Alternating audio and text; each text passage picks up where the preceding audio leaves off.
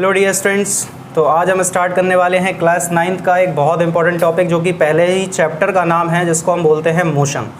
तो मैं आपको ये पहले बता दूं कि मोशन में हम लोगों को पढ़ना क्या है। मोशन में हम लोगों को सबसे पहले तो पढ़ना है रेस्ट और मोशन के बारे में, कि पार्टिकल का मतलब अगर वो रेस्ट में है तो उसका क्या मतलब होता है, पार्टिकल अगर मोशन में है तो उसका क्या मतलब होता है। ये सारी चीज़ें हमको अच्छे तरीके से देखना है। तो सबसे पहले मैंने आपको बता दिया रेस्ट के बारे में पढ़ना है हमको, और दूसरा जो हमारे चैप्टर का नाम है वो पढ़ना है। तो ये हमारा पहला टॉपिक हो जाएगा रेस्ट एंड मोशन। ठीक है, ओके। जब हम रेस्ट एंड मोशन के बारे में बहुत अच्छे से सीख लेंगे, उसके बाद हम कौन सा टॉपिक स्टार्ट करेंगे, फिर हम आपको पढ़ाएंगे डिस्टेंस के बारे में। और जब डिस्टेंस के बारे में आप लोग अच्छे तरीके से सीख लेंगे, फिर हम स्टार्ट करने वाले हैं डिस्प्लेसमेंट के बारे में। ठीक है, सिंपल से टॉपिक है, कोई टेंशन की बात नहीं, कोई घबराने की बात नहीं, बहुत आसान टॉपिक्स हैं। इसके बाद हम कौन सा स्टार्ट करेंगे, देखिए जब आप डिस्टेंस के बारे में अच्छे तरीके से जान लेंगे, फिर उसके बाद हमको स्टार्ट करना पड़ेगा स्पीड के बारे में। ठीक है, कि स्पीड क्या होता है। आपने देखा है ना कि बाइक आपकी स्पीड से चल रही है 60 km/h, तो 60 km/h का फिजिकल सिग्निफिकेंस क्या होता है, वो चीज़ें हमें देखना है। इसके बाद हमारा नेक्स्ट टॉपिक कौन सा रहेगा, मैं आपको बता दूँ। नेक्स्ट टॉपिक हमारा रहेगा वेलोसिटी के बारे में। कौन सा रहेगा हमारा नेक्स्ट टॉपिक, रहेगा वेलोसिटी। सिंपल से टॉपिक हैं, कोई घबराने की बात नहीं। इतनी बात आप लोगों को क्लियर होगी, सिंपल है। ठीक है, जब वेलोसिटी हम लोग पढ़ लेंगे, फिर इसके बाद हम लोग पढ़ने वाले हैं एक्सेलरेशन के बारे में, कि पार्टिकल का एक्सेलरेशन क्या होता है। ठीक है, और एक्सेलरेशन से ही रिलेटेड होता है रिटार्डेशन। यानी एक्सेलरेशन का अगर हम ऑपोजिट टर्म देखेंगे, तो ऑपोजिट टर्म को जो हम बोलेंगे एक्सेलरेशन का, वो क्या हो जाएगा हमारे पास, रिटार्डेशन। ठीक है, इसके बाद 7th हमारा टॉपिक इसमें क्या रहेगा, इक्वेशन ऑफ मोशन के बारे में। जो हमारा नेक्स्ट टॉपिक है वो कौन सा रहेगा इसमें, इक्वेशन ऑफ मोशन के बारे में। सिंपल है, ओके। तो चलिए स्टार्ट करते हैं। सबसे पहले हम अपना फर्स्ट टॉपिक स्टार्ट करेंगे, जो कि हमारा कौन सा है, रेस्ट एंड मोशन है। तो रेस्ट एंड मोशन के बारे में मैं आपको बता दूं क्या होता है। देखिए, कोई भी पार्टिकल जब होता है, अगर पार्टिकल टाइम के साथ अपनी पोजिशन को चेंज कर रहा है, सुना मैंने क्या कहा, अगर पार्टिकल टाइम के साथ अपनी पोजीशन को चेंज कर रहा है, तो इसका मतलब है कि पार्टिकल मोशन में है। यानी अगर वो मूव नहीं कर रहा होता तो वो अपनी पोजीशन को चेंज कैसे कर रहा होता है। एक कॉमन सेंस वाली बात है ना भाई। जैसे अगर मैंने, आप देखो गौर से, कि अगर मैंने यहाँ पे कोई एक पार्टिकल बना दिया, और ये पार्टिकल पहले यहाँ पे था, फिर कुछ टाइम के बाद ये पार्टिकल कहीं और पहुँच गया। ठीक है, तो इसका मतलब है कि अगर t = 0 पे पार्टिकल यहाँ था, और कुछ टाइम के बाद, मान लो स्मॉल t टाइम के बाद पार्टिकल यहाँ पहुँच गया। ठीक है, तो इसमें सीधी सी बात है ना कि मोशन तो हुआ है। अगर रेस्ट में होता तो ये पार्टिकल जो आपको यहाँ पे दिखाई दे रहा है, ये यहीं पे रखा रहता, ये कहीं जाता नहीं। ठीक है ना, okay.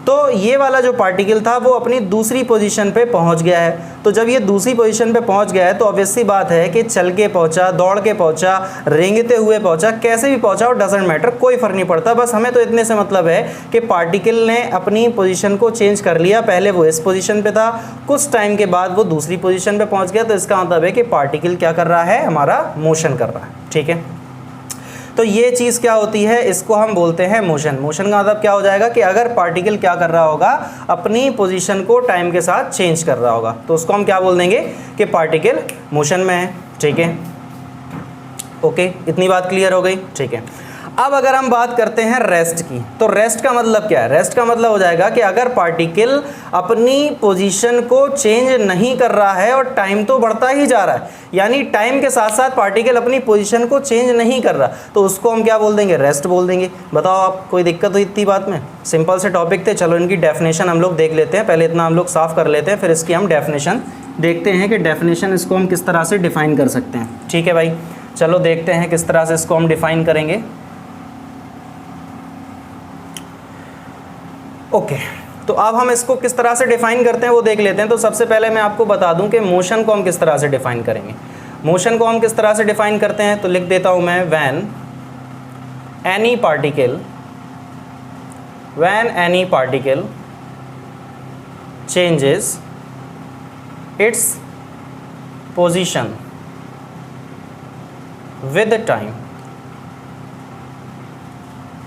Then it is said that particle is in state of rest, या sorry, particle in state of motion. ठीक है। मोशन में पार्टिकल क्यों हुआ, देखो मैंने बोला when any particle changes its position में, ये सबसे इंपॉर्टेंट बात है कि अगर पार्टिकल अपनी पोजीशन को चेंज कर रहा है किसके साथ, टाइम के साथ, यानी टाइम तो हमेशा बढ़ता जा रहा, टाइम तो कभी घटता नहीं है, तो टाइम के साथ अगर पार्टिकल अपनी पोजीशन को कंटिन्यूअसली चेंज करता जा रहा है तो हम क्या बोल सकते हैं कि पार्टिकल मोशन में। अब यहाँ पे बात आ रही है पोजीशन को चेंज करना। कोई भी चीज़ में अगर चेंज है तो वो दो टाइप की चीज़ें हो गई। कहने का मतलब है कि अगर पार्टिकल अपनी पोजीशन में चेंजमेंट कर रहा है तो फिर पार्टिकल की जो पोजीशन है वो कितने टाइप की हो गई, दो टाइप की हो गई। कौन कौन सी हो गई, पहली तो हमारे पास हो जाएगी इनिशियल पोजीशन और दूसरी हमारे पास कौन सी हो जाएगी, फाइनल पोजीशन। बताइए इतनी बात में कोई डाउट है। इनिशियल पोजीशन का मतलब क्या हो जाएगा हमारे पास, इनिशियल पोजीशन का सिंपल सा मतलब होगा कि अगर पार्टिकल जहाँ से अपनी मोशन को स्टार्ट करेगा, यानी पार्टिकल अपनी मोशन को जहाँ से क्या करेगा, स्टार्ट करेगा, उसको हम क्या बोलेंगे, इनिशियल पोजीशन। यानी t=0 पे पार्टिकल कहाँ था उसको हम बोलते हैं इनिशियल पोजीशन। फाइनल पोजीशन का मतलब क्या हो जाएगा कि पार्टिकल कुछ टाइम के बाद कहाँ पहुँच गया, जहाँ से जहाँ तक हमें देखना है। मान लो कि कोई पार्टिकल के बारे में हमें एनालिसिस करना है t=0 से t=1 आवर तक, तो t=0 का मतलब क्या हो जाएगा, उसका इनिशियल पोजीशन, और t=1 आवर का मतलब क्या हो जाएगा, उसका फाइनल पोजीशन। ठीक है, तो इनिशियल पोजीशन का यहाँ पे मतलब क्या होता है कि पार्टिकल अपनी मोशन को स्टार्ट जो कर रहा है, या पार्टिकल इनिशियली रह कहाँ रहा, कहाँ पे है वो, उसको हम बोलते हैं इनिशियल पोजीशन। सिंपल है, ओके। फाइनल पोजीशन का मतलब क्या हो जाएगा कि पार्टिकल बाद में कहाँ पहुँच गया, उसको हम बोलते हैं फाइनल पोजीशन।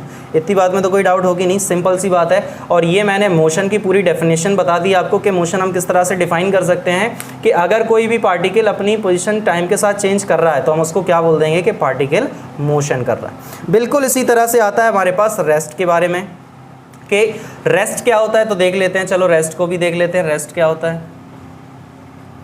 बिल्कुल सिंपल है, इसी तरह से डेफिनेशन हम रेस्ट को डिफाइन कर सकते हैं। देखो रेस्ट को हम किस तरह से डिफाइन करेंगे, अगर हम बात करते हैं रेस्ट की तो लिख सकते हैं when any particle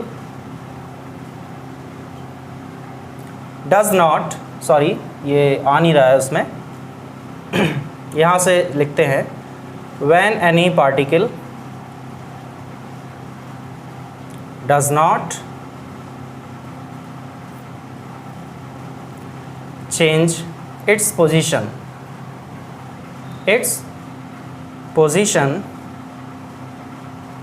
then it is said that particle is in a state of rest। बताओ भाई, सिंपल सी बात हो गई ना, कितनी सिंपल सी बात हो गई, क्या सिंपल सी बात होगी। पार्टिकल अगर अपनी पोजीशन को चेंज नहीं कर रहा है तो इसको हम क्या बोल देंगे कि पार्टिकल हमारा जो है वो किस टाइप का है, रेस्ट में है। बात आप लोग समझ रहे हो ना, ठीक है। तो ये एक जनरल इंट्रोडक्शन हो गया रेस्ट और मोशन के बारे में, और इसके बाद हम नेक्स्ट वीडियो में स्टार्ट करेंगे स्पीड के बारे में पढ़ेंगे, उसमें वेलोसिटी के बारे में भी हम पढ़ेंगे, डिस्टेंस के बारे में उससे पहले पढ़ा जाएगा, फिर डिस्टेंस के साथ साथ ही आएगा हमारा डिस्प्लेसमेंट। ठीक है, तो आज की वीडियो में हम लोग इतना ही रखते हैं, मिलते हैं अपने नेक्स्ट वीडियो में नेक्स्ट टॉपिक के साथ।